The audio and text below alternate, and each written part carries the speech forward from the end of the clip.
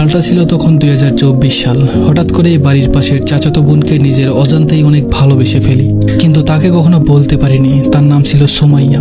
কিছুদিন পরেই সেই চাচার সাথে খুব ভালো মিল হয়ে যায় আমার। চাচা চাচি আমাকে ছেলের মতো দেখতে শুরু করে। তারা যে কোনো কাজের কথা বললে আমি সাথে সাথে শুনতাম, আমাকে অনেক আদর করত। হঠাৎ করে চাচা বলল, তোর আপুর সামনে পরীক্ষা, আমার তো কোনো ফোন নেই, তাই তোর ফোন লাগবে কয়েকদিনের জন্য। আমি বললাম ঠিক আছে, সমস্যা নেই। এরকম একটানা 7 দিন সকালে ফোন নিয়ে যেত এবং বিকেলে দিয়ে যেত। বেশ কিছুদিন পর চাচা আমাকে বলল যে সাগর, আমার একটা ফোন কিনা লাগবে।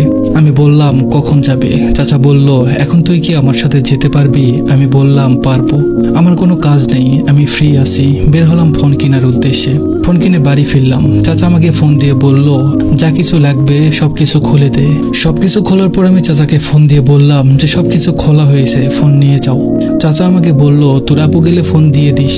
বিকেলের দিকে আপু ফোন নিতে আসলো। আপুকে বললাম, আপু তোমার সাথে আমার কিছু কথা আছে। আপু বলল, কি কথা? আমি বললাম, পরে ইমুতে নক দিও। সে বলল, আচ্ছা ঠিক আছে, ফোন আমার কাছে থাকলে নক দিব। পরের দিন সকালে আমাকে ইমুতে নক দিল। আমি বললাম, আমি তোমাকে অনেক ভালোবেসে ফেলেছি। সে বলল, আপনি আমার ভাইয়া হন, তারপর আবার আব্বা আম্মা আপনাকে ছেলের মতো দেখে। আমি বললাম, ঠিক আছে, সরি, আমার ভুল হয়ে গেছে, আর বলবো না। তার 5 মিনিট পর সে আমাকে কল দিয়ে বলল যে আমিও আপনাকে ভালোবাসি, কিন্তু বলতে পারিনি। আর একটা কথা, আমাদের ভালোবাসার কথা যেন কেউ না জানে। এভাবেই আমাদের সম্পর্কটা শুরু হয়। সম্পর্কটা বেশ ভালোই চলছিল। 3 মাস পর আমাকে বলল, দেখা করতে পারবে আমার নানির বাড়িতে। তার নানি বাড়ি ছিল জালসা। হঠাৎ করে চাচাও আমাকে বলল, আমার শ্বশুর বাড়ি জালসা যাবি নাকি? চাচার কথা মতো আমি বললাম যাব। তার নানির বাড়ির জালসায় গিয়ে অনেক মজা করলাম। জালসাই থেকে ঘুরে এসে অনেক মানুষ জানাজানি হয়ে গেল আমাদের ব্যাপারে। সে আর আমি ধামাচাপা দিয়ে বললাম যে আমাদের মধ্যে কোনো সম্পর্ক নেই, সে আমার চাচাতো বোন। বিষয়টা তার আব্বু আম্মু জেনে যায়। পরে সে নাকি বলেছে সাগরের সাথে আমার কোনো সম্পর্ক নেই। তো তারপর বেশ ভালোই চলছিল দিনগুলি। কিন্তু সে হঠাৎ করে একটা জেদ ধরে বসে। সে আমাকে বলে পালিয়ে যাবে আমার সাথে। আমি বললাম এখন না, পরে। এভাবে আমি তাকে আশা দিচ্ছিলাম। সে অনেকবার বলেছিল এই কথা। একটানা 7 মাস পার হওয়ার পর, সময়টা ছিল 2025 সাল। কুরবানির ঈদের আগে জেদ ধরে বসে ঈদের পরের দিন পালিয়ে যাব। ঈদের আগে থেকে যখনই কথা বলতাম তখনই সব সময় পালিয়ে যাওয়ার কথা বলতো। আমি তাকে অনেক ভালোবাসি, তাই পালিয়ে যেতেই হবে। তার কথা মতো আমি তাকে নিয়ে পালিয়ে যাই। ঈদের পরের দিন তাকে নিয়ে চলে গেলাম আমার এক মামার বাসায়। তার পরিবার থেকে আমাকে অনেক ফোন দেয়। ফোন যখন চালু করতাম তখনই আমার ফোনে ফোন ঢুকতো। ওর পরিবারের লোক খুব অত্যাচার করে মামার ওখানে থাকতে। আমার ছোট খালা ঢাকা থাকে। আমাকে ফোন দিয়ে বলে যে তুই আমার এখানে চলে আয়, তোর যত টাকা লাগে আমি দেব। খালার কথা মতো খালার বাসার উদ্দেশ্যে রওনা দিলাম। রাত 12টা তখন। মনে অনেক ভয় কাজ করছে সেই সময়। ওর পরিবারের লোক আমাদের পরিবারের 4 জনের নামে মামলা দিয়েছে।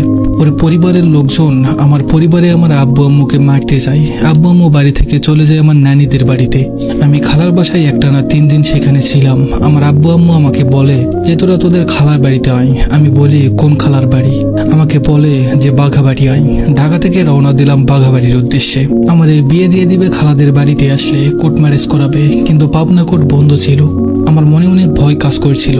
আমার একটা ভাই একটা উকিল ধরে, উকিলের সাথে সব মিটমাট করে। উকিল বলে যে 30,000 টাকা লাগবে। তো আমার আব্বু রাজি হয়ে যায়। আমাদের পাবনায় উকিলের বন্ধুর বাসায় বিয়েটা পড়ায়। সেখান থেকে বিয়ের একটা কাগজ আমাকে দিয়ে বলে আর কোনো সমস্যা হবে না। কিন্তু এই কাগজটা হাতে নেওয়ার পর আমার মনটা কেমন যেন হয়ে যায়। পাবনা থেকে একটা গাড়ি নিয়ে রওনা দিলাম বাসার উদ্দেশ্যে। বাসা পাওয়ার আগে আমার মামা বলে যে তোদের কিছুদিন পর বাসায় যেতে হবে। তখন রাত 12টা। আমরা এক আন্টির বাসায় গিয়ে উঠি, কিন্তু আন্টি বলল যে এখানে থাকা যাবে না, সমস্যা আছে। সেখানে থাকলে মেয়ের পরিবারের লোক যখন তখন আসতে পারে। আন্টিকে বললাম যে আমরা সকালে চলে যাব। আন্টি বলল ঠিক আছে। আমি সুমাইয়াকে ওই রাতে অনেক বুঝাই যে আমাকে কখনো ছেড়ে যাবে না। তো সে আমাকে বলল সে কখনোই আমাকে ছেড়ে যাবে না। আমি বললাম তোমার পরিবারের লোক যদি নিতে আসে তখন কি করবে? সে আমার মাথায় হাত রেখে বলল কখনোই ছেড়ে যাবে না। সকাল হলো। সকালে রওনা দিলাম খালাদের বাড়ির উদ্দেশ্যে। তখন জানতে পারি যে আমার আব্বুকে পুলিশ ধরে নিয়ে গেছে। সাথে সাথে আমরাও চলে গেলাম থানায়। পুলিশ বলল বিয়ের কাগজ দেখাতে। আমি তখন ওই কাগজটা দেই। সবাই দেখে বলে যে বিয়ে হয়নি, এটা ভুল কাবিননামার কাগজ। ওর পরিবার ওকে নিয়ে যাবে, কিন্তু সে যেতে চায় না। আমার আব্বু থানায় বন্দি আছে। আব্বুকে বের করতে 20,000 টাকা লাগবে। বাড়ি থেকে টাকা নিয়ে যাওয়া হয়। আব্বু বের হয়ে আসে। তার পরিবার তাকে নিয়ে যায়। এখন সে তার আব্বুর বাড়িতে আছে, আর আমি আমার মতো আছি। তার সাথে কোনো যোগাযোগ নেই আমার। কেমন আছে, কি করছে সেটাও জানি না। আমি তাকে কখনো হারাতে চাইনি। এমন কেন হলো? তার জন্য কি করিনি? অনেক কিছু করেছি, তাও তাকে নিজের করে পাইনি।